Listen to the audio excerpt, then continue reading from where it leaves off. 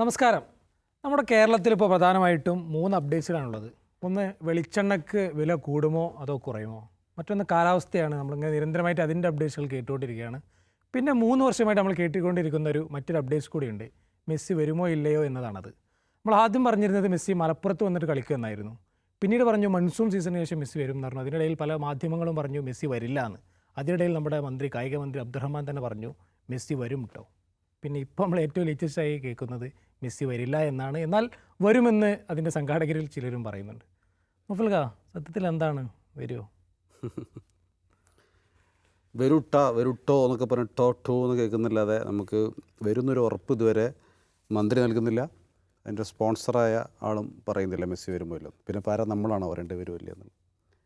അപ്പോൾ അങ്ങനെ വളരെ അനിശ്ചിതാവസ്ഥയിലാണ് കാര്യങ്ങളുടെ പോക്ക്. ഇപ്പോൾ ഇന്നത്തെ ആ സ്പോൺസറുടെ വാർത്താസമ്മേളനം കണ്ടപ്പോൾ എനിക്ക് തോന്നിയത് മെസ്സി വരില്ല എന്നാണ്. ഞങ്ങളുടെ കാര്യങ്ങൾ കൃത്യമായിട്ട് ചെയ്തു കഴിഞ്ഞു, പക്ഷേ അർജൻറ്റീന ഞങ്ങളെ പറ്റിച്ചു എന്നുള്ളതാണ് ആ വാർത്താസമ്മേളനത്തിൻ്റെ ഒരു ആകത്തുക.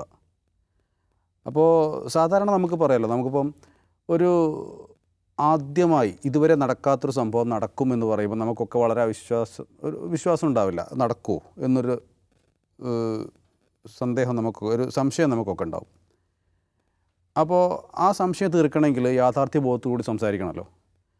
അപ്പോൾ ഇങ്ങനെ സംഭവം നടക്കും എന്ന് പറയാൻ ഉള്ള കാരണങ്ങൾ എന്തൊക്കെ എന്ന് ഒരാൾ വിശദീകരിക്കണം. അപ്പോൾ ആ വിശദീകരണങ്ങളൊന്നും സത്യത്തിൽ നമുക്ക് വിശ്വാസയോഗ്യമല്ല. അപ്പോൾ ഇന്നാണല്ലോ ഇപ്പോൾ ഏറ്റവും പുതിയ അപ്ഡേറ്റ് വന്നത്. അപ്പോൾ ഇന്നത്തെ വാർത്താ സമ്മേളനത്തിൽ അദ്ദേഹം പറയുന്നത് വെച്ച് നോക്കുമ്പോൾ അർജൻറ്റീന ഫുട്ബോൾ അസോസിയേഷനുമായി കരാർ ഒപ്പിട്ടു. ആ കരാർ പ്രകാരം ഞങ്ങൾ എല്ലാ നടപടികളും മുന്നോട്ട് കൊണ്ടുപോയി. പക്ഷേ ഒക്ടോബറിലെ ആദ്യ ആഴ്ചയിലെ ദിവസങ്ങൾ അല്ലേ, ഒക്ടോബർ 4 മുതൽ ആ ദിവസങ്ങളിൽ വരാമെന്നുള്ളതായിരുന്നു കരാർ. പക്ഷേ അപ്പോൾ വരാൻ പറ്റില്ല എന്ന് പറഞ്ഞിട്ടില്ല. മറ്റൊരു അസൗകര്യമുണ്ട്, മറ്റൊരു ദിവസം അടുത്ത വർഷം സെപ്റ്റംബറിൽ പറ്റുമോ എന്ന് ഇങ്ങോട്ട് അന്വേഷിച്ചു. അത് ഞങ്ങൾക്ക് പറ്റില്ല, കാരണം അത് അടുത്ത വേൾഡ് കപ്പ് കഴിഞ്ഞതിന് ശേഷമുള്ള സമയമാണ് എന്നുള്ളതാണ് പറയുന്നത്. അപ്പോൾ കരാർ ലംഘിച്ചോ എന്ന് ചോദിച്ചാൽ ഇല്ല, ഉണ്ട് എന്ന് പറയാൻ അദ്ദേഹത്തിന് വയ്യ. കാരണം ആ ഡേറ്റിലേക്ക് എത്തിയിട്ടില്ല. പക്ഷേ ഇനി ആകെ ഉള്ളത് കുറച്ച് മാസം, 1-2 മാസം മാത്രമാണ് ഈ പറഞ്ഞ തീയതിയിലേക്കുള്ളത്. അപ്പോൾ കരാർ ഏകദേശം നടക്കില്ല എന്നുള്ള കാര്യത്തിലേക്ക് അടുത്തുകൊണ്ടിരിക്കുകയാണ്. അല്ലെങ്കിൽ 1-2 ദിവസത്തിനുള്ളിൽ അതിന് മറുപടി കിട്ടണം, ഞങ്ങൾ വരാം എന്നുള്ള മറുപടി. ഇതിലേറ്റവും പ്രധാനപ്പെട്ടതേ, ഇപ്പം ഒരു അർജൻറ്റീനയെ പോലുള്ള ലോകോത്തര ടീം, ലോകം ജയിച്ച ഒരു ടീം ഇന്ത്യയിൽ വന്ന് കളിക്കണം, അല്ലെങ്കിൽ അവർക്ക് പരിചയമില്ലാത്ത ഒരു രാജ്യത്ത് വന്ന് കളിക്കുമ്പോൾ അവരാദ്യം നോക്കുന്നത് എന്താണ്? കളിക്കാൻ പോകുന്ന ഗ്രൗണ്ട്, ആ ടർഫ് എങ്ങനെയുണ്ട് എന്നുള്ളത് നോക്കും. ഇപ്പോൾ ഗ്രീൻഫീൽഡ് സ്റ്റേഡിയത്തിലാണ് കളിക്കാൻ പോകുന്നതെന്ന് ഇപ്പോൾ ഇന്ന് അദ്ദേഹം വാർത്താസമ്മേളനത്തിൽ വെളിപ്പെടുത്തി. ഗ്രീൻഫീൽഡ് സ്റ്റേഡിയം ഒരു ക്രിക്കറ്റ് സ്റ്റേഡിയമാണ് എന്ന് നമുക്കറിയാം. ആ സ്റ്റേഡിയത്തെ ഫുട്ബോൾ സ്റ്റേഡിയമാക്കി മാറ്റിയെടുക്കണം. 45 ദിവസം കൊണ്ട് ഈ പരിപാടിയൊക്കെ തീർക്കുമെന്നാണ് അദ്ദേഹം പറയുന്നത്. 45 ദിവസം കൊണ്ട് തീർക്കുമെന്ന് നമുക്ക് വിശ്വസിക്കാം, നമ്മളത് വിശ്വസിക്കുന്നു. കാരണം ഇപ്പം മറ്റേ ഈ പ്രീ ഫാബ്രിക്കേറ്റഡ് നിർമ്മാണ പ്രവൃത്തികളുണ്ട്, ആർട്ടിഫിഷ്യൽ ടർഫ് ഉണ്ടാക്കാൻ പറ്റും, അതൊക്കെ പറ്റുന്ന വിചാരിക്കാം. അപ്പോൾ അത് വിശ്വസിച്ചാൽ തന്നെ അവർക്കിത് വന്ന് ബോധ്യപ്പെടണ്ടേ? അവരുടെ ടെക്നിക്കൽ കമ്മിറ്റി നേരിട്ട് വന്ന് ബോധ്യപ്പെട്ടതിന് ശേഷമാണ് കളിക്കുക. കാരണം മെസ്സിയെ പോലുള്ള, ഡീപോളിനെ പോലുള്ള അങ്ങനെ വളരെ പ്രധാനപ്പെട്ട, ലോകത്തെ ഏറ്റവും പ്രധാനപ്പെട്ട കളിക്കാർ കളിക്കുന്ന ഒരു ടർഫ് അവർക്ക് പരിക്ക് പറ്റാത്ത രീതിയിൽ ഉണ്ടാക്കണം എന്നുള്ള കാര്യത്തിൽ ഒരു തർക്കവുമില്ല. അത് കൃത്യമായ ആ കാര്യത്തിൽ അവരുടെ ഏറ്റവും പ്രധാനപ്പെട്ട കൺസേൺ എന്ന് പറയുന്നത് കളിക്കാരുടെ ആരോഗ്യമാണ്, അവരുടെ പരിക്കാണ്. അപ്പോൾ പരിക്കില്ലാതെ അവരുടെ ആരോഗ്യത്തോടു കൂടി തിരിച്ചു പോവുക എന്നുള്ളതാണ് അവിടെ ഏറ്റവും പ്രധാനപ്പെട്ട അവരുടെ ലക്ഷ്യം. അപ്പോൾ അതിനു വേണ്ടി അങ്ങനെ ശ്രമം അവർ നടത്തുമല്ലോ. ഇപ്പോൾ ഇവർ നൽകുന്ന AR VR വീഡിയോ കണ്ടിട്ടല്ലല്ലോ ഇവർ ഗ്രൗണ്ടിനെ വിലയിരുത്തുന്നത്. അവിടെ വന്ന് അവർ ടെക്നിക്കൽ കമ്മിറ്റി വന്ന് പരിശോധിച്ച ശേഷം മാത്രമേ അക്കാര്യത്തിൽ തീരുമാനം എടുക്കുകയുള്ളൂ. അപ്പം അങ്ങനെ ഒരു തീരുമാനമോ അങ്ങനെ ഒരു കമ്മ്യൂണിക്കേഷനോ ഇതുവരെ നടത്താത്തിടത്തോളം കാലം നമ്മളെങ്ങനെയാണ് അർജൻറ്റീനയെ പോലുള്ള ടീം ഇങ്ങോട്ട് വരുമെന്ന് വിശ്വസിക്കുക? അപ്പോൾ ഈ പറയുന്ന കാര്യങ്ങൾ ഇപ്പോൾ അദ്ദേഹം ഒരുപാട് അവകാശവാദങ്ങൾ ഉന്നയിക്കുന്നുണ്ട്. കരാറിൽ ഒപ്പിട്ടു, കമ്മ്യൂണിക്കേഷൻ നടത്തി, 130 കോടി രൂപ നൽകി, അതിന് അവിടെ കിട്ടിയെന്നുള്ള മെയിൽ കിട്ടി, ഇതൊക്കെ പറയും. ഇതൊക്കെ ഇദ്ദേഹം പറയുന്നത് മാത്രമേ ഉള്ളൂ. ഒരു തെളിവ് പോലും അദ്ദേഹം ഹാജരാക്കുന്നില്ല. അർജൻറ്റീനയുമായി നടത്തിയ കമ്മ്യൂണിക്കേഷനെ കുറിച്ചുള്ള എന്തെങ്കിലും തെളിവ് അദ്ദേഹം ഹാജരാക്കുന്നില്ല. ഇത്രയും കോടി രൂപ അദ്ദേഹം കൊടുത്തതിനുള്ള ഒരു തെളിവും ഹാജരാക്കുന്നില്ല. ഇവരുടെ കരാറുമായി ബന്ധപ്പെട്ടുള്ള വിശദാംശങ്ങളൊന്നും അദ്ദേഹം പുറത്തു വിടുന്നില്ല. ഇതൊന്നും ചെയ്യുന്നില്ല. ഇദ്ദേഹം ഇങ്ങനെ വാർത്താസമ്മേളനത്തിൽ വന്ന് പ്രസംഗം പോലെ വാർത്താസമ്മേളനം നടത്തുന്നു. അത് നമ്മളൊക്കെ ഇങ്ങനെ കേട്ടുകൊണ്ടിരുന്ന് വിശ്വസിക്കണമെന്ന് പറഞ്ഞാൽ നടക്കുന്ന കാര്യമില്ല. ഇതിൽ മനസ്സിലാക്കേണ്ട ഒരു കാര്യം സംസ്ഥാന സർക്കാരും കൂടി ഇൻവോൾവ് ചെയ്യുന്ന ഒരു പ്രൊജക്റ്റാണിത്. ഈ പ്രൊജക്റ്റിൽ ഇപ്പോൾ നേരത്തെ നമുക്കറിയാം ഏതോ ഒരു ഈ ലാസ്റ്റ് പാലക്കാട് തെരഞ്ഞെടുപ്പിൻ്റെ സമയത്താണ് തലേന്നാണ് കായിക മന്ത്രി വാർത്താസമ്മേളനം വിളിച്ചിട്ട് മെസ്സി വരുമെന്ന് വീണ്ടും പറയുന്നത്. ടെക്നിക്കൽ കമ്മിറ്റി കോഴിക്കോട് ഒരു പരിപാടിയിൽ അദ്ദേഹം പറയുന്നു, നിങ്ങളെല്ലാവരും പ്രതീക്ഷയോടെ ഇരുന്നോളൂ, ഒക്ടോബർ മാസത്തിൽ മെസ്സി വരും, നവംബർ 2 വരെ മെസ്സി ഉണ്ടാവുമെന്നൊക്കെ പറയും. എന്നിട്ട് മാത്രമല്ല ടെക്നിക്കൽ കമ്മിറ്റി കേരളത്തിൽ വരുമെന്നും അദ്ദേഹം പരിശോധന നടത്തുന്നുണ്ട്. എവിടെ, എത്ര മാസം കഴിഞ്ഞു, ആരെങ്കിലും വന്നോ? ഈ ഒരു സംഭവത്തിന് ഇത്ര ഹൈപ്പ് ഉണ്ടാക്കിയ പ്രധാനി വി അബ്ദുറഹ്മാൻ എന്ന് പറയുന്നത് നമ്മുടെ കായിക മന്ത്രിയാണ്. അദ്ദേഹം ഒരു 3 വർഷം മുമ്പ് തന്നെ എനിക്ക് ഓർമ്മയുണ്ട്. ആദ്യം പറയുന്നത് മലപ്പുറത്ത് കളിക്കുന്നതാണ്, മലപ്പുറത്ത് ഒരു 100 കോടിയുടെ സ്റ്റേഡിയം റെഡിയാക്കും എന്നൊക്കെ പറഞ്ഞിരുന്നു. പക്ഷേ ഇപ്പോൾ അദ്ദേഹം കൂടുതലും സ്പോൺസർമാരിലേക്കാണ് അതിൻ്റെ ഒരു ഉത്തരവാദിത്തം ചേരുന്നത്. അതേസമയം സ്പോൺസർമാർ തിരിച്ചെന്താണ് അർജന്റീന വരാത്തത് കൊണ്ടാണെന്നുള്ള അങ്ങോട്ടാണ് ചേരുന്നത്. സത്യത്തിൽ ആരാണ് ഇതിൽ പ്രതി? സത്യത്തിൽ ഇത് നമ്മളെ കേരളത്തിലെ ഫുട്ബോൾ ആരാധകർ, പ്രത്യേകിച്ച് മെസ്സി ആരാധകരെ വഞ്ചിക്കുന്ന സമീപനമാണ് നമുക്ക് പച്ചക്ക് പറയാൻ പറ്റും. കാരണം സർക്കാർ അതിൽ നിന്ന് നൈസായി ഊരി എന്ന് നമുക്ക് മലയാളത്തിൽ അങ്ങനെ പറയാം, നൈസായി ഊരിയതാണ്. ഇങ്ങനെ ഒരു കരാർ ലയണൽ മെസ്സിയെ പോലെ ഒരു താരത്തെ കൊണ്ടുവരുന്ന അർജൻറ്റീനയുമായുള്ള ഒരു വലിയ കരാറുണ്ടെങ്കിൽ, അങ്ങനെ ആ ടീം വരുമെങ്കിൽ അതിൻ്റെ എല്ലാ ക്രെഡിറ്റും യഥാർത്ഥത്തിൽ സംസ്ഥാന സർക്കാരിന് എടുക്കാൻ പറ്റുന്നതാണ്. സർക്കാരിനെ സംബന്ധിച്ചിടത്തോളം ഈ പറയുന്ന തുക ഒരു സ്വകാര്യ കമ്പനി സമാഹരിക്കുന്നതിനേക്കാൾ വേഗത്തിൽ നടക്കും. പക്ഷേ അത് സർക്കാർ ചെയ്യാതിരുന്നതിനുള്ള കാരണം എന്ന് പറയുന്നത്, അങ്ങനെ 100 കോടിയോ 300 കോടിയോ മുടക്കി കൊണ്ടുവന്നാൽ അതിൻ്റെ പേരിൽ കേരളത്തിലുണ്ടാകാൻ പോകുന്ന കോലാഹലങ്ങൾ ഓർത്താണ് ഇതൊരു സ്വകാര്യ കമ്പനിയെ ഏൽപ്പിക്കാം എന്നുള്ള ധാരണയിൽ സർക്കാരും ഈ കമ്പനിയും തമ്മിലൊരു ധാരണയുണ്ടാക്കുന്നു. ഈ കമ്പനിയെ കൊണ്ട് അർജൻറ്റീന ഫുട്ബോൾ അസോസിയേഷനുമായി മറ്റൊരു ധാരണ ഉണ്ടാക്കിക്കുന്നു. വളരെ സിമ്പിളാണ്.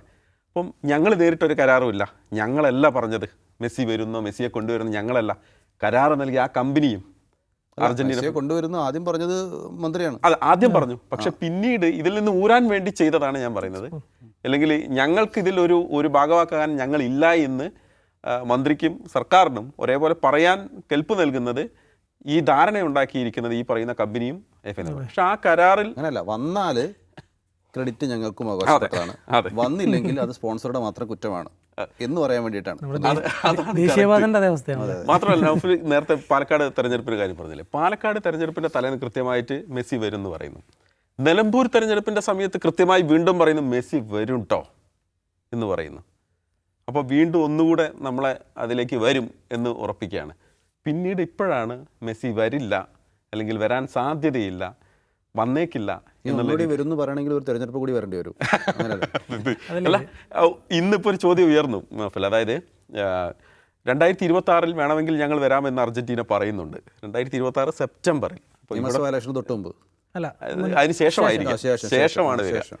അപ്പം അതിന് സമ്മതിക്കാൻ അത് വേണ്ട എന്ന് തീരുമാനിച്ചിരിക്കുകയാണ്. എന്തുകൊണ്ടാണ് നമുക്ക് മനസ്സിലാവുന്നില്ല. അതായത് ഈ സമയത്ത് മെസ്സി വന്നാൽ ഞങ്ങൾക്കത് പ്രത്യേകിച്ച് കാര്യമില്ല എന്നുള്ളത് കൊണ്ടാവാം.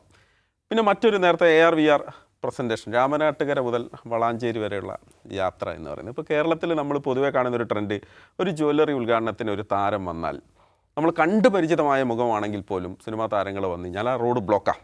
ഇതിനേറെ പറയുന്നു, അലൻ ജോസ് പെരേരയെ പോലുള്ള സമൂഹ മാധ്യമങ്ങൾ, ആറാട്ടണ്ണനെ പോലുള്ള ആളുകൾ പോലും റോട്ടിലിറങ്ങിയാൽ പോലും നമ്മളത് കണ്ടതാണ്, റോഡ് ബ്ലോക്കാവുന്ന, അല്ലെങ്കിൽ അവർക്ക് പോലും അത്ര ആരാധന. ലയണൽ മെസ്സി 50 കിലോമീറ്റർ കൊണ്ട് പോകുക എന്ന് പറയുന്നത്, ഇതിന് മുൻപ് ഞാൻ മനസ്സിലാക്കി മെസ്സി ബസ്സിൽ കയറിയിട്ടുണ്ടാവുക, അല്ലെങ്കിൽ ഓപ്പൺ ബസ്സിൽ കയറിയിട്ടുണ്ടാവുക കഴിഞ്ഞ തവണ കപ്പ് നേടിയപ്പോൾ ബ്യൂണസ് ആയസിലുള്ള ഒരു യാത്രയാവും. ഇത് നമ്മുടെ ഒരു മായിക ലോകത്തേക്ക് കൊണ്ടുപോയി ഒരു അല്ല. അതിപ്പോൾ ഞാൻ പറഞ്ഞല്ലോ, ഇപ്പോൾ ഇത് നടക്കുന്നു എന്ന് വെച്ചോ, ഇപ്പോൾ മെസ്സി വരുമെന്ന്, അർജന്റീന ടീം വരുമെന്ന് വിചാരിച്ചാൽ ഇങ്ങനൊരു ഇവൻറ്റ് നടക്കായൊന്നുമില്ല. നടക്കാം വേണമെങ്കിൽ, കാരണം ദേശീയപാത ഇപ്പം വളരെ ക്ലീനായി കിടക്കുകയാണ്. 1 കോടിയൊക്കെയാണ് പറയുന്നത്. അല്ല, 1 കോടിയുടെ കാര്യം ഞാൻ പറഞ്ഞില്ല, അത് കഴിഞ്ഞിട്ട് ഓർമ്മപ്പെടുത്തണേ.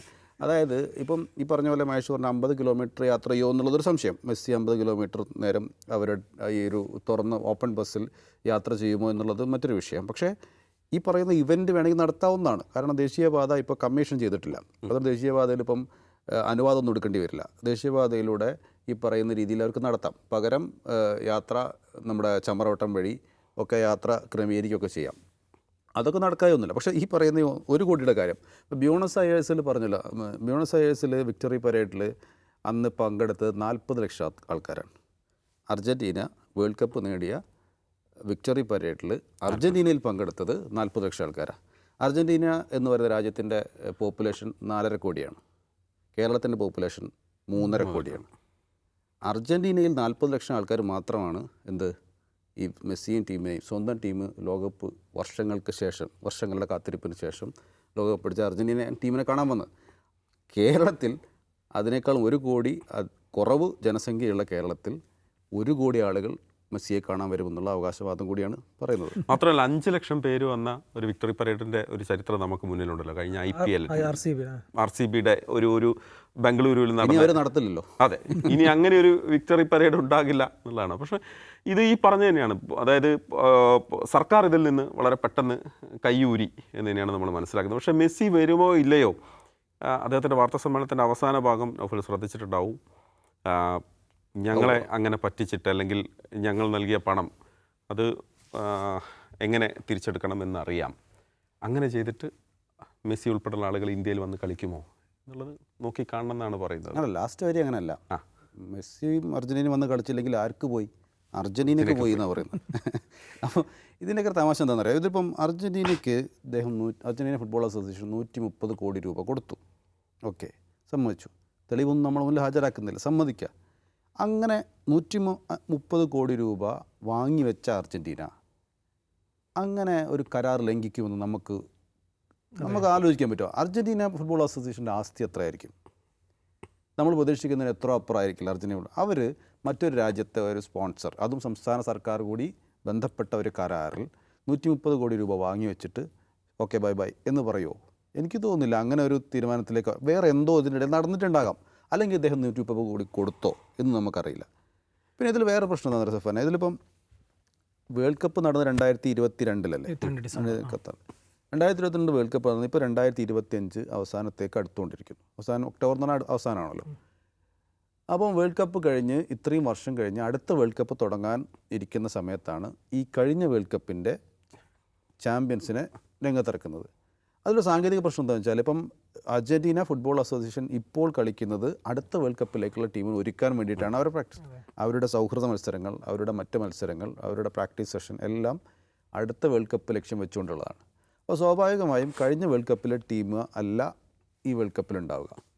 ചില ആളുകളുണ്ടാവും, മെസ്സി അടക്കമുള്ള. മെസ്സിയെ തന്നെ നമുക്ക് ഉറപ്പൊന്നും പറയാൻ പറ്റില്ല. അപ്പോൾ സ്കലോണി തീരുമാനിക്കുന്നതാണ് ലാസ്റ്റ് ടീം. അപ്പോൾ അവർ സ്വാഭാവികമായും അവരുടെ ഓരോ മത്സരങ്ങളും അവർ നെക്സ്റ്റ് വേൾഡ് കപ്പ് ലക്ഷ്യം വെച്ചുകൊണ്ടുള്ളതാണ്. അപ്പോൾ നമുക്ക് എങ്ങനെയാണ് ഇപ്പോൾ ഈ അടുത്ത വേൾഡ് കപ്പിനോട് അടുത്ത് നിൽക്കുന്ന സമയത്ത് കഴിഞ്ഞ വേൾഡ് കപ്പ് വിൻ ചെയ്ത അതേ ടീമോട് വരുമെന്ന് നമുക്ക് പ്രതീക്ഷിക്കാൻ പറ്റില്ല. അങ്ങനെ കുറേ കാര്യങ്ങളുണ്ട്. അതായത് പിന്നെ അർജൻറ്റീനയും യൂറോപ്യൻ ജേതാക്കളായിട്ടുള്ള സ്പെയിനും തമ്മിലൊരു ഫൈനലിസിമ എന്ന് പറയുന്ന അതിൻ്റെ ഡേറ്റ് പോലും ഭയങ്കര പ്രശ്നത്തിലാണ്. കാരണം എന്നിട്ട് ഇപ്പോൾ ആകെ ഒരു ഗ്യാപ്പ്, അതായത് ഈ ഒരു ഫുട്ബോൾ ക്ലബ് സീസൺ ഇടയ്ക്ക് ഒരാഴ്ച മാത്രം മാർച്ചിൽ അങ്ങോട്ട് ചെറിയൊരു ഗ്യാപ്പ് ഉണ്ട്. അന്നെങ്കിലും നടത്താനുള്ള ശ്രമത്തിലാണ് ഫിഫ അടക്കം നടത്തുന്നത്. അതിനിടയിലാണ് ഇങ്ങനെ ഒരു തീരുമാനം.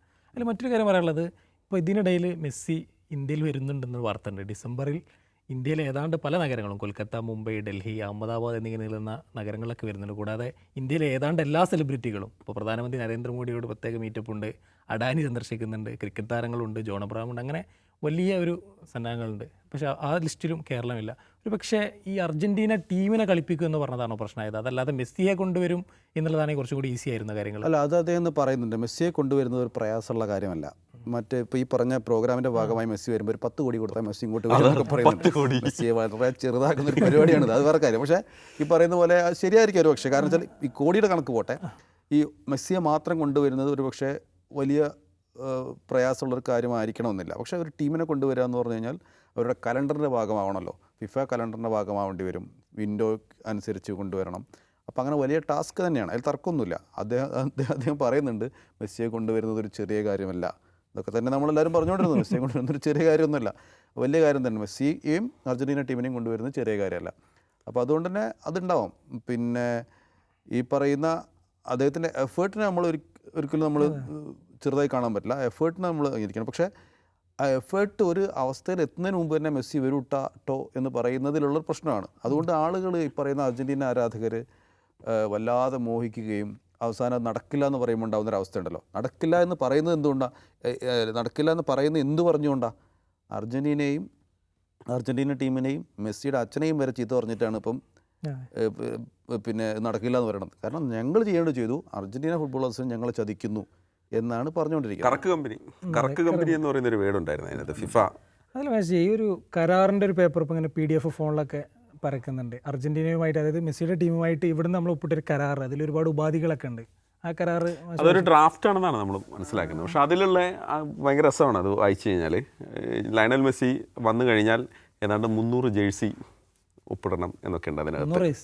മെസ്സി ഒപ്പിട്ട് 300 ജേഴ്സി ഒപ്പിട്ട് മെസ്സി ഒപ്പിട്ട് തീരുമ്പോഴത്തേക്ക് എത്ര സമയം എടുക്കും എന്നുള്ളതൊക്കെ ഒരു കാര്യം. ഞാൻ പറഞ്ഞത് അവരൊരു ബാഴ്സലോണയില് ഇത് കണ്ടു. യമാല് 10ാം നമ്പർ ജേഴ്സി ആയതിനു ശേഷം യമാല് ഒപ്പിട്ട് കുഴങ്ങി, ഒപ്പിട്ട് ക്ഷീണിച്ചു. അപ്പൊ അതൊന്ന് ഇദ്ദേഹം പറയുന്നുണ്ട്. പിന്നെ മെസ്സിയുടെ അച്ഛനാണ് ഇതൊക്കെ നോക്കുന്നത്. അച്ഛൻ തന്നെയാണ് മാനേജർ, മെസ്സിയുടെ അച്ഛൻ. മെസ്സിയുടെ അച്ഛൻ പിന്നെ ജോർജ് മെസ്സി പിന്നെ ഈ ജേഴ്സി വിൽക്കുകയാണ്, സൈൻ ചെയ്ത ജേഴ്സി വിൽക്കുകയാണ്. $2 ലക്ഷം എന്തോ ഒരു കണക്ക് പറഞ്ഞു, അത്രയും കോടിക്കാണ് വിൽക്കുന്നത്. അപ്പോൾ അത് ഫുള്ള് കച്ചവടമാണെന്നുള്ള ഇത് പറയാൻ വേണ്ടി പറഞ്ഞു. വേറെ ഇത് ഈ കരാറിനകത്ത് അവിടേക്ക് കൊണ്ടുപോകുന്ന വെള്ളത്തിൻ്റെ കണക്ക്, വെള്ളത്തിൻ്റെ ബോട്ടിലിൻ്റെ കണക്ക്, ഇവരുടെ യാത്രാ സൗകര്യങ്ങൾ, അങ്ങനെയൊക്കെ ഉണ്ട്. അത് ഒരു ഡ്രാഫ്റ്റ് ആണെന്നാണ് ഞാൻ മനസ്സിലാക്കുന്നത്. അതിനകത്ത് ഒരു തേർഡ് പാർട്ടിക്ക് പൈസ കൊടുക്കുന്നതാണ്. ഡയറക്റ്റ് അർജന്റീന ഫുട്ബോൾ അസോസിയേഷൻ അല്ല, മറ്റൊരു തേർഡ് പാർട്ടിക്ക് പണം കൊടുക്കുന്നതാണ്. മറ്റൊരു കാര്യം നേരത്തെ നമ്മൾ ഡിസ്കസ് ചെയ്തില്ലേ, ഈ ഗ്രൗണ്ട്. ഒരു മനുഷ്യൻ ഇങ്ങോട്ട് അർജന്റീന ഫുട്ബോൾ അസോസിയേഷൻ്റെ ഭാഗത്ത് നിന്ന് കൂടെ തിരിഞ്ഞു നോക്കിയിട്ടില്ല. നമുക്ക് കളിക്കാനുള്ള ഗ്രൗണ്ട് ഏതൊക്കെയാണ് ശരിക്കും ഇപ്പം പറഞ്ഞ ഗ്രീൻഫീൽഡും ഒന്ന് കലൂർ സ്റ്റേഡിയം. കലൂർ സ്റ്റേഡിയത്തിൽ ഒരു കളി തൽക്കാലത്തേക്ക് നടക്കില്ല, അവിടുത്തെ സെക്യൂരിറ്റി റീസൺ കൊണ്ട് തന്നെ അവിടെ നടക്കില്ല. പിന്നുള്ളത് ഗ്രീൻഫീൽഡാണ്. ഈ ഗ്രീൻഫീൽഡിലെ പിച്ച് അത് പൊളിച്ചു നീക്കാൻ എവിടുന്നൊക്കെ അനുമതി വേണം? BCCയുടെ അനുമതി വേണം. KC അവിടെ ഒരു ടൂർണമെൻറ്റ് നടത്താൻ പോകുന്നു. 9 പിച്ച് എന്തോ ഉണ്ടെന്ന് ഞാൻ മനസ്സിലാക്കുന്നത്. അത് മുഴുവൻ റിമൂവ് ആയി. ആ പിച്ചിലൊന്നും ഇവർ കളിക്കില്ല, കാരണം അത് ക്ലേ ആണ്, ഇവർ വന്ന് വഴുതി വീഴും. അങ്ങനെ ഒരു പൂർണ്ണമായി ഒരു ഗ്രൗണ്ട് മാറ്റിയെടുക്കാൻ 45 ദിവസം മതിയാവുമോ? ഇതൊക്കെ ശരിക്കും നമ്മളെ കേരളത്തിലെ എന്താ പറയുക, ആരാധകരുടെ മനസ്സിലുള്ള ആവേശം ഉണ്ടല്ലോ, അത് കവർന്നെടുക്കുക, അതാത് സമയത്ത് കവർന്നെടുക്കുക എന്നുള്ളതിനപ്പുറത്തേക്ക് വരില്ല എന്ന് നേരത്തെ അറിയാമെന്നാണ് നമ്മൾ. എനിക്ക് പേഴ്സണലി ഒരു ഫുട്ബോൾ ആരാധകൻ, മെസ്സി ആരാധകൻ എന്നുള്ള രീതിയിൽ, അല്ലെങ്കിൽ അർജന്റീനയെ കാത്തിരിക്കുന്ന ഒരാൾ എന്നുള്ള നിലയ്ക്ക് അതാണ് ചെയ്തത്. അത് അതാത് സമയത്ത് അതിലെ ഇലക്ഷനായിട്ടും കൂടെ കൂട്ടി സംയോജിപ്പിക്കണം എന്നാണ് ഇത് മനസ്സിലാക്കേണ്ടത്. സർക്കാർ വളരെ കൃത്യമായി ഇതിൽ മാധ്യമങ്ങൾ പഴിക്കേണ്ടതുണ്ടോ? ശരിക്കും നമ്മളാണോ യഥാർത്ഥത്തിൽ ഈ പ്രശ്നങ്ങൾ? മെസ്സി വരും എന്ന് പറഞ്ഞു കഴിഞ്ഞാൽ അത് വലിയ വാർത്തയാണല്ലോ. സ്വാഭാവികമായിട്ടും മെസ്സി വരില്ല എന്ന് പറഞ്ഞാലും വലിയ വാർത്തയാണ്. അപ്പോൾ അത് മാധ്യമങ്ങൾ കൊടുത്തുകൊണ്ടിരിക്കും. കാരണം അതിൽ കൃത്യമായ ഒരു അറിയിപ്പ് അറിയണ്ടേ. അങ്ങനെ വരുന്നില്ലല്ലോ. ഈ പറയുന്ന പോലെ ഇന്ന് വാർത്താ സമ്മേളനത്തിലും അദ്ദേഹം ഇങ്ങനെ പറയുക എന്നല്ലാതെ ഒരു പ്രൂഫ് അദ്ദേഹം കാണിക്കണ്ടേ? എന്തെങ്കിലും ഒരു പ്രൂഫ് വേണ്ടേ ഇതിന്? ഇപ്പോൾ ഇതിലിപ്പം മെസ്സിയെ കൊണ്ടുവരുന്ന ആദ്യം പറഞ്ഞ മന്ത്രി, അതിനുശേഷം ഒരു വാർത്താ സമ്മേളനത്തിൽ പിന്നെ കുറച്ച് വ്യാപാരികളെ കൊണ്ടൊക്കെ അദ്ദേഹം വാർത്താ സമ്മേളനം നടത്തി സംസാരിച്ചിരുന്നു. അപ്പോഴൊന്നും ഈ പറയുന്ന കമ്പനി അതിൻ്റെ പിന്നാലെ ഇല്ല. പിന്നെ എപ്പോഴാണ് ഈ കമ്പനിയിലേക്ക് മാറിയത്? അതെങ്ങനെയാണ് മാറിയത്? അതിനെന്തെങ്കിലും ഒരു സർക്കാർ സംവിധാനം വഴിയാണോ? അങ്ങനെ കുറേ കാര്യങ്ങൾ, കുറേ സംശയങ്ങൾ നമുക്കിത് തീർക്കാനുണ്ടല്ലോ. ഇത് ഒരു സർക്കാർ ചെയ്യുന്നൊരു പദ്ധതിയാണെങ്കിൽ അതിനൊരു റൂട്ടുണ്ടല്ലോ. ആ റൂട്ടിലൂടെയാണോ പോയിട്ടുള്ളത്? എങ്ങനെയാണ് ഇവരിലേക്ക് എത്തിയത്? അങ്ങനെ കുറേ സംഗതികളുണ്ടല്ലോ. അതിലൊന്നും ഒരു വ്യക്തത ഇതുവരെ വന്നിട്ടില്ല. ഇദ്ദേഹം ഒരുപാട് കോടികൾ കൊടുക്കുന്നു, ഇനിയും കുറേ കോടി അവിടുന്ന് ചോദിക്കുന്നു എന്ന് പറയുന്നു. അപ്പോൾ അവർ വില പേശിയാണെന്ന് ഇത് നമ്മളെ ഈ ട്രംപിൻ്റെ ഒക്കെ ഒരു രീതി ഉണ്ടല്ലോ, ഡീൽ എന്ന് പറയുന്നത്. എന്ത് ഡീലാണല്ലോ അവർക്ക്? ഞാൻ അവിടെ തീരുവ, ഇവിടെ ചുങ്കം, ഇവിടെ പകരച്ചുങ്കം, ഞാൻ അവിടെ കൊടുത്തു, യുദ്ധം അവസാനിപ്പിച്ചു, അവിടെ കാശ് കൊടുത്തു, ഇവിടെ അങ്ങനെ വ്യാപാരത്തിൻ്റെ വില യുദ്ധം ഇങ്ങനെ. അതുപോലെ അർജൻറ്റീന ഫുട്ബോൾ ടീം എന്ന് പറയുന്നത് വെറുതെ പണം കൊടുത്ത് മാത്രം വാങ്ങേണ്ട ഒരു പ്രൊഡക്റ്റായിട്ട്, ഒരു കമ്മോഡിറ്റി ആയിട്ട് കാണുക എന്നുള്ള രീതിയിലേക്ക് ആണെന്ന് വാർത്താ സമ്മേളനത്തിൽ എനിക്ക് തോന്നിയത്. അവർ വെറും ഇപ്പോൾ ഇത് വിലപേശാൻ വേണ്ടിയിട്ട് ഇപ്പം മാറിയോന്ന് ഞാൻ സംശയിക്കുന്നു. കേവലം 2 എയർപോർട്ട് മാത്രമുള്ള ഒരു രാജ്യം. ആ തമാശ പറയാം. ബ്യൂണസ് അയേഴ്സിൽ തന്നെ ഉണ്ട് 2-3 എയർപോർട്ട്. വെറുതെ ഒരു മനുഷ്യന് ഗൂഗിൾ ചെയ്താൽ പറയുന്ന കാര്യം. അർജൻറ്റീന എന്ന് പറഞ്ഞു കഴിഞ്ഞാൽ അതൊരു ചെറിയ രാജ്യമാണ്, അതുകൊണ്ട് പിന്നെ അതൊരു മോശം രാജ്യമാകുമോ? അവർക്ക് നമ്മുടെ രാജ്യത്തേക്കാൾ എത്രയോ ചെറിയ രാജ്യമാണ്. വലിപ്പം വെച്ചിട്ട് ഒരു രാജ്യത്തെ കമ്പയർ ചെയ്യാൻ പറ്റുമോ? അത് പിന്നെ എത്ര എയർപോർട്ട് അവിടെ ഉണ്ട്? ഇഷ്ടംപോലെ എയർപോർട്ട് അവിടെ, ഇൻ്റർനാഷണൽ എയർപോർട്ട് തന്നെ ഇഷ്ടംപോലെ ഉണ്ട്, ചെറിയ എയർപോർട്ടുകൾ വേറെയുണ്ട്. ഇതൊക്കെ വെറുതെ അങ്ങ് പറയുന്നേ. അതിലൊരു നമ്മൾ ആഡ് ചെയ്യേണ്ട ഒരു കാര്യം എന്ന് പറയുന്നത്, ഇപ്പോൾ മെസ്സി വരുന്നത് വലിയ വാർത്തയാണ്, ഇമോഷനാണ്, ആവേശം, അതൊക്കെ ശരിയാണ്. ഇതിനപ്പുറത്ത് ലോജിക്കലി നോക്കിയാൽ നമ്മുടെ ഇവിടുത്തെ നാട്ടിലെ ലീഗ് ഫുട്ബോൾ പോലും, അതായത് ISL പോലും നിർത്തിവെക്കുന്നൊരു കാലമാണ്. ഇതിൽ നമുക്കതല്ലാതെ നമ്മുടെ കേരള ഫുട്ബോൾ അല്ലെങ്കിൽ ഇന്ത്യൻ ഫുട്ബോളിൽ എന്തെങ്കിലും കാര്യമുണ്ട്? ഇതിലിപ്പോൾ എന്ന് വെച്ചാൽ നമ്മളിപ്പോൾ മലപ്പുറത്തെക്കുറിച്ച് തന്നെ പറയാം. മലപ്പുറത്തുകാർ ക്ഷമിക്കണം, ഞാൻ കുറേ കാലം മലപ്പുറത്ത് റിപ്പോർട്ടിങ്ങിലുണ്ടായ ആൾക്കാർ. നമ്മുടെ ഈ കാണുന്ന ഫാൻസിൻ്റെ ആഘോഷത്തിൻ്റെ ഒരു വലിപ്പം ഒരു സ്ഥലത്ത് വെക്കുക, അതിനപ്പുറത്ത് നമ്മുടെ കളിയോടുള്ള നമ്മൾ ആത്മാർത്ഥം മറ്റു ഭാഗത്ത് വെക്കുക. ഇത് രണ്ടും കൂടെ തൂക്കിക്കഴിഞ്ഞാൽ എങ്ങനെ ഇരിക്കും? നമ്മൾ ഈ ഫ്ലെക്സ് ബോർഡ് വെക്കാനുള്ള നമ്മളെ ആവേശം നമ്മുടെ കളിയോടുണ്ടോ, കളിക്കുന്നതിലുണ്ടോ എന്നുള്ളതൊരു ചോദ്യമല്ലേ? അപ്പോൾ ഇപ്പോഴും ഈ മെസ്സി വന്നാലും നമ്മൾ എല്ലാവരും കളിക്കാൻ വേണ്ടി ഇറങ്ങും എന്നാണ് വിചാരം. നമ്മൾ ആഘോഷിക്കാൻ വേണ്ടി ഇറങ്ങും, ജയ് വിളിക്കാൻ വേണ്ടി ഇറങ്ങും എന്നല്ലാതെ കുറേ ഫാൻ ഫൈറ്റ് നടക്കും എന്നല്ലാതെ അതിനപ്പുറത്തേക്കൊന്നും നടക്കത്തില്ല. നമ്മുടെ ആരാധന മൂക്കുക എന്നല്ലാതെ നമ്മുടെ കളി മൂക്കുന്നില്ല. അപ്പോൾ നമ്മൾ അതിലേക്ക് നമ്മുടെ ചിന്തകൾ എങ്ങനെ പോകാമെന്നതിനെ കുറിച്ചുള്ള വളരെ കുലങ്കഷമായ ആലോചന. ഇപ്പം ഞങ്ങൾ സുബ്രതോ കപ്പ് കേരളത്തിലെ സ്കൂൾ ലെവലിൽ നടക്കുന്ന ഏറ്റവും പ്രധാനപ്പെട്ട ടൂർണമെൻറ്റാണ്. പണ്ട് MSP സുബ്രതോ കപ്പിൻ്റെ ഫൈനലിൽ എത്തിയിട്ട് റിപ്പോർട്ട് ചെയ്ത ആളാണ് ഞാൻ. അപ്പം അതൊക്കെ എന്തൊരു ആവേശമായിരുന്നു അന്ന്. കുട്ടികൾ അതിനുശേഷം സ്കൂളുകളൊക്കെ സുബ്രതോ കപ്പിന് വേണ്ടിയുള്ള പ്രിപ്പറേഷനിലേക്ക് മാറി. പിന്നെ സ്കൂളുകളൊക്കെ ഉപജില്ലാ തലത്തിലൊക്കെ ഗോൾ കീപ്പറാണ്. ഇപ്പം സുബ്രതോ കപ്പിൻ്റെ ഉപജില്ലാ മത്സരം നടത്താൻ പോലും ആളില്ല മീൻസ് അതിന് ക്യാഷ് ഇല്ല, സ്കൂളുകൾക്ക് പൈസ ഇല്ല, സബ് ജില്ലയിൽ പൈസ ഇല്ല, കായിക അധ്യാപകർ സ്വന്തം കേസിൽ നിന്ന് പൈസ എടുത്ത് ചെയ്യേണ്ട അവസ്ഥ വന്നു. സമരം വരെ ഇന്ന് നടത്തേണ്ടി വന്നു. എന്നിട്ടിപ്പം ജില്ലാതല പോലും നടത്താതെ നേരിട്ട് സംസ്ഥാന തലം നടത്തുകയാണ്. അപ്പോൾ ജില്ലയിലെ പല സ്കൂളുകൾക്ക് അവസരം നിഷേധിക്കപ്പെട്ടു. കഴിഞ്ഞ പ്രാവശ്യത്തെ പ്രകടനം വെച്ചിട്ട് ഈ പ്രാവശ്യം ടീമിനെടുക്കാൻ തീരുമാനിച്ചു. അങ്ങനെയൊക്കെ അവസ്ഥ. അപ്പോൾ നമ്മുടെ സ്കൂളുകളിലെ ഫുട്ബോൾ ഒരു ടൂർണമെൻറ്റ് അതിലേക്ക് കുട്ടികളെ എത്തിക്കാൻ പോലും ഒരു ടീമിനെ എത്തിക്കാൻ പോലും നമുക്ക് കഴിയുന്നില്ല. ആ അവസ്ഥയിലേക്ക് കാര്യങ്ങൾ എത്തി നിൽക്കുമ്പോഴാണ് ഇവിടെ വേറൊരു നടക്കാത്ത പദ്ധതിയെക്കുറിച്ച് ഇങ്ങനെ വാദോരാ സംസാരിച്ചുകൊണ്ട്. ഇല്ല, ഒന്നുമില്ല. ഇത് ഒരു കാര്യമുള്ളൂ. മെസ്സി വന്നാലും ഇല്ലെങ്കിലും യഥാർത്ഥത്തിൽ നൗഫൽക്ക പറഞ്ഞതുപോലെ നമ്മുടെ ഗ്രൗണ്ട് ലെവലിലുള്ള ഗ്രാസ് റൂട്ട് ലെവലുള്ള ഫുട്ബോളിന് ഒരു വ്യത്യാസം വരാൻ പോകുന്നില്ല. അതിന് തുനിഞ്ഞിറങ്ങുക. മെസ്സിയെ കാത്തിരിക്കാൻ നിൽക്കുന്ന സമയം അല്ലെങ്കിൽ മെസ്സിക്ക് വേണ്ടി നമ്മൾ വെക്കാൻ പോകുന്ന ഫ്ലെക്സുകളുടെ എണ്ണത്തിനൊക്കെ കൂട്ടിവെച്ച് നമുക്ക് നമ്മുടെ കുട്ടികളെ വളർത്താൻ വരട്ടെ. അതത്രേ പറയാനുള്ളൂ. കാരണം വന്നാൽ നല്ലത് ഒന്ന് കാണാം എന്നതിനേക്കാൾ ഉപരിയായി മറ്റൊന്നുമില്ല. പക്ഷേ നടക്കാത്ത കാര്യമാണ് എന്ന് തന്നെയാണ് നമ്മളതിൽ അനുമാനിക്കേണ്ടത്. ഇതിലെന്ന് പറയുന്നത് നമ്മൾ മെസ്സി വരരുത് എന്ന് ആഗ്രഹിക്കുന്നവരല്ല.